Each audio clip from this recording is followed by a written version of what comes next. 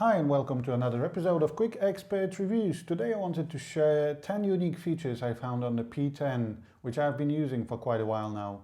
Now bear in mind that Android is open source, so you can download third-party apps that do that for you, but here it comes pre-installed. So first of all, on the lock screen, when the screen is locked, you've got these shortcuts, 5 shortcuts that come from the bottom. There's like a calculator, flashlight and so on. And then on the lock screen itself, obviously you can access notifications or the camera. Then when we unlock the phone, that was pretty fast. I'm gonna go to the settings. Where are they? Settings, yeah. And we'll cover some more features. So first of all, let's start with the home screen style. So you can change that. So you've got an app drawer, which is like that. So you press apps, you scroll down and you can access all the apps. As you can see, nothing new in Android world.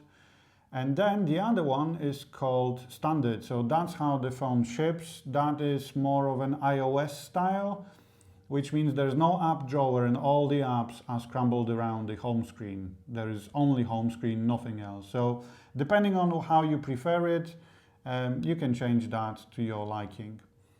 Next thing we're gonna check. Okay, let's go back and find these settings again. Could have actually gone back. Yeah, you've got two ways to access the settings.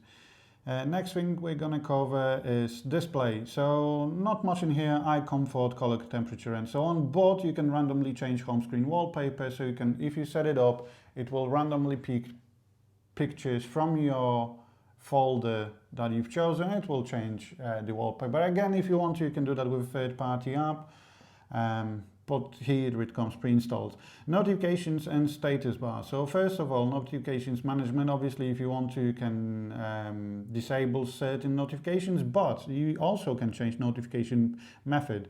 So as you can see, I've got icons. If I want to, I can change that to numbers. So that icon of a calendar has just changed to number 2. If you want to, you can press none and it will show nothing. And in terms of battery, again, you can change that. So you can leave the 40% inside the battery or left side from it. Another thing is the navigation key. So that's more of a hardware feature. So as you can see, that's a standard back, home, and like a multitasking button. And the home screen, the fingerprint button, doesn't do anything. But if you do that, you can change it so the home screen does everything. So if you press once, it goes back. If you press and hold, it's like pressing home screen. And if you slide to the left, it shows you the multitasking, as I've showed a couple of seconds ago. It's pretty clever. I got used to it so much that I'm trying to replicate it on other phones like an iPhone, but that doesn't work. Security and privacy, you've got a pre-installed block list, so you can blocklist messages from certain numbers or you can blocklist calls. You've got actually 2 ways to access that. Virus scanner, no one cares about that. There are no viruses on an Android. File save, another thing that's really nice and is pre-installed. So you can set it up with your fingerprint or password if you'd like to. And then you can store your images, audio, video, and files if you'd like to. So as you can see, it's not easily accessible, but you can do that. Then the next one is app lock. So every single app on the phone can be locked with a fingerprint sensor. So again, you can get third-party apps to do that, but why would you do that if it comes pre-installed on your phone? Okay, where we are now, that's security and privacy. Next one, my favorite, is smart assistants. Now, there's a lot. So first of all, you've got a floating dock. Floating dock, if you ever had a 5 on 5 or 5S with a faulty fingerprint, you had to go to accessibility and you had like a floating dock. You can have it in here as well. So it's basically like accessing all back and multitasking home from wherever you want. The next thing is a smart screenshot. So what you do is you knuckle tap, which doesn't work, obviously, because I'm recording a video.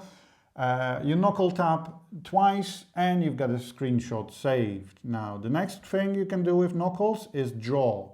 So if I draw with my knuckle M, which stands for music, the music app will launch.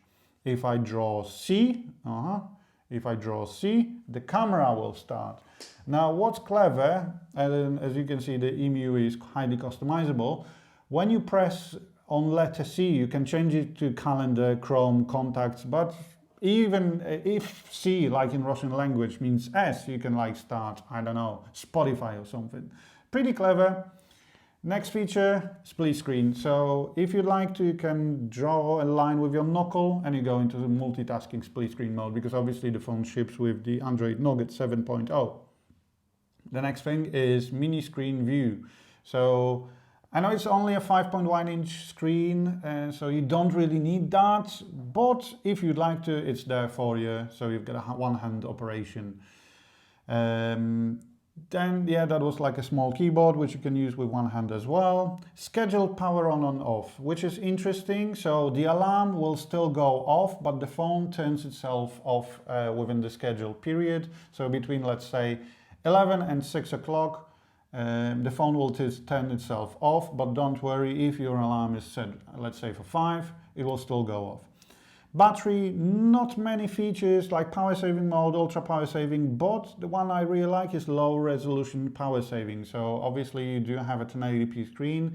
I'm not 100% sure what's the resolution it goes down to. It's not 720p, but pretty decent feature, and it does actually work. Then in the consumption level, you've got hardware and software if you want to see what hardware is using your battery and which apps.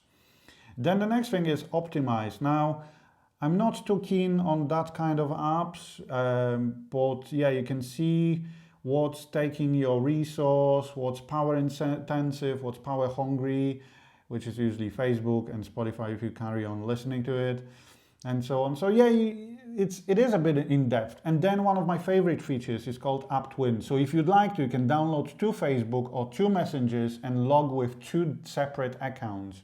How cool is that? Again, comes pre-installed. Simple mode, that actually looks like a Nokia Lumia.